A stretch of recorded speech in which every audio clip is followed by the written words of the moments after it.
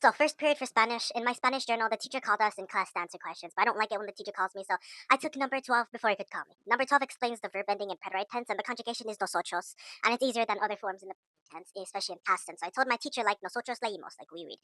But after reading and listening in the journal, the teacher told us a metaphor about chihuahuas and how it relates to the yendo and iendo endings of Spanish. He told us that the chihuahua turns into a wolf, into a Rottweiler. That means in Spanish, there can't be three vowels in one single word. And I think my teacher's thinking is kind of strange because he's using like that Chihuahua bark, how a Chihuahua barks and how to a Rottweiler barks, and how consonants and vowels change when you take indo and yendo. For example, he explained that in normal forms, I believe in preterite becomes yo crei, but in the eos form, it's eos creyendo, which is incorrect. That's like three vowel. It's creyendo because it sounds soft. Then he told us that in English, line him up and kick him the uprights out the window, which is a joke because he don't like Chihuahuas because of their barking. And he also told us that preterite form is more difficult, which I understand, so I prefer haber plus participle much easier. Finally, he gave us another digression about AI cheating and homework restrictions because he thinks his students have been using AI for his assignments, and he told that in English. Like, wow, my freshman class all of a sudden has become master writers of Spanish and can't come up with Shakespearean sayings. Nah, they're just cheating. This is why I might put restrictions. You guys can't be disciplined, quote unquote. And no tech, we go back to old school and presentations right after lessons. It's like that one kid online who can speak online but cannot in real life, but can't say anything for his own life. And I declare neutrality in this geopolitical class-based conflict. And to the teacher, I say that if you want me to present in Spanish class, and I am ready.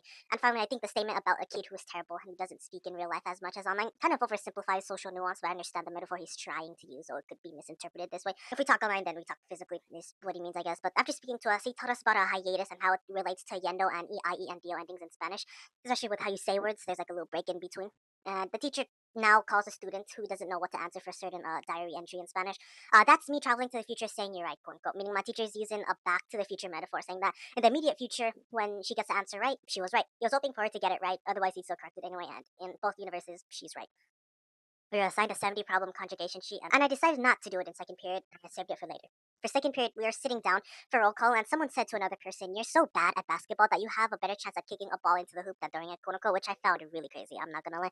Of course, there's a local geopolitical conflict between a boy and three girls, so I'm still remaining neutral with that stuff today. As for basketball, I played another game with one other girl, but she was kind of annoying, so I ended up moving down to another local game nearby with someone else. It's a volleyball game nearby because those courts were also available. Credit to Salif, and the game kind of went a little crazy here as it was pretty windy, to be honest.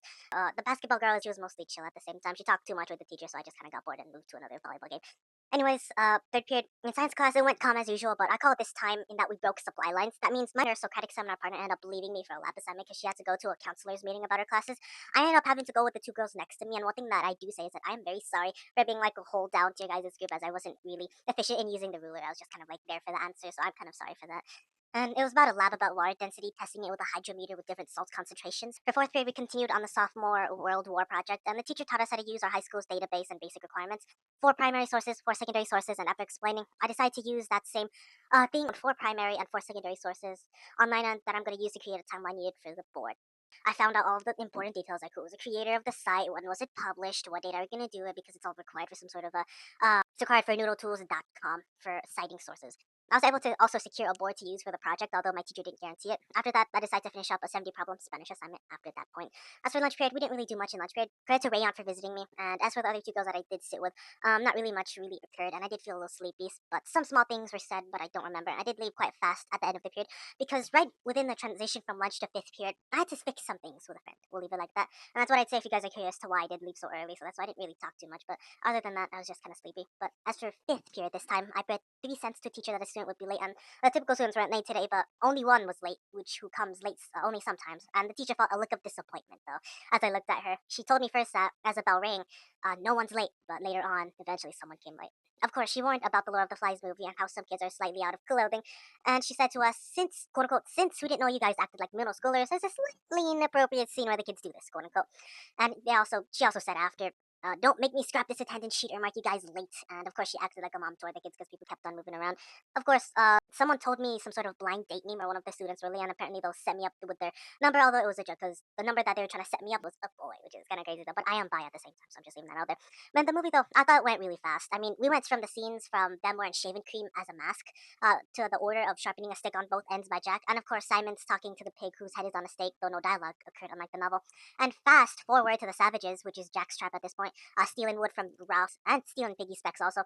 As Simon came back from visiting the stake and the dead soldier to tell the kids, he gets caught up in Ralph and Jack's tribes play with taunting and all the pig mentions. And after eating a second roasted pig, Simon gets killed within a ritual that was going on.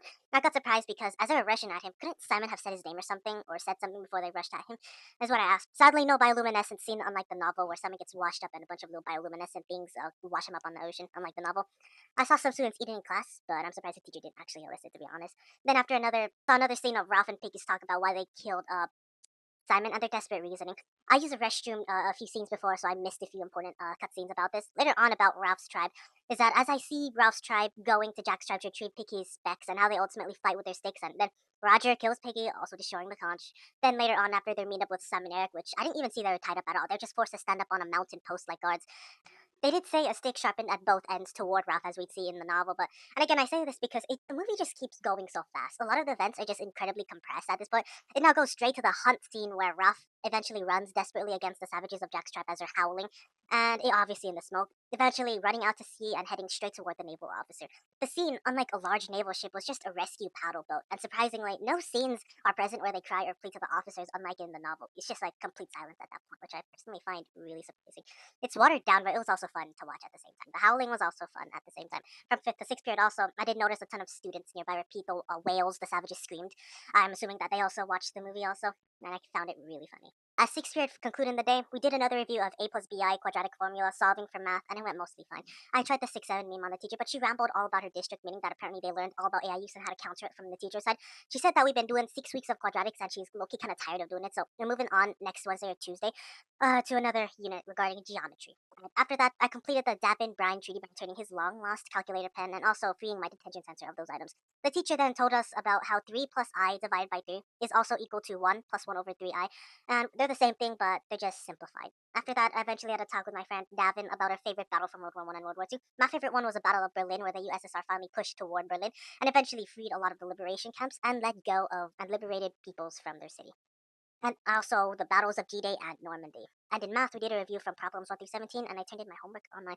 My friend said to me, since I keep wearing a shirt backward, he won't be surprised if I'm a Russian spy with my shirt, and apparently it looks like Russian letters, which I did not know that at all, but credit to Devin, and now cutting it to some other random people, feel free to talk to me. I haven't really talked to anyone online in a while, so please, okay, bye-bye.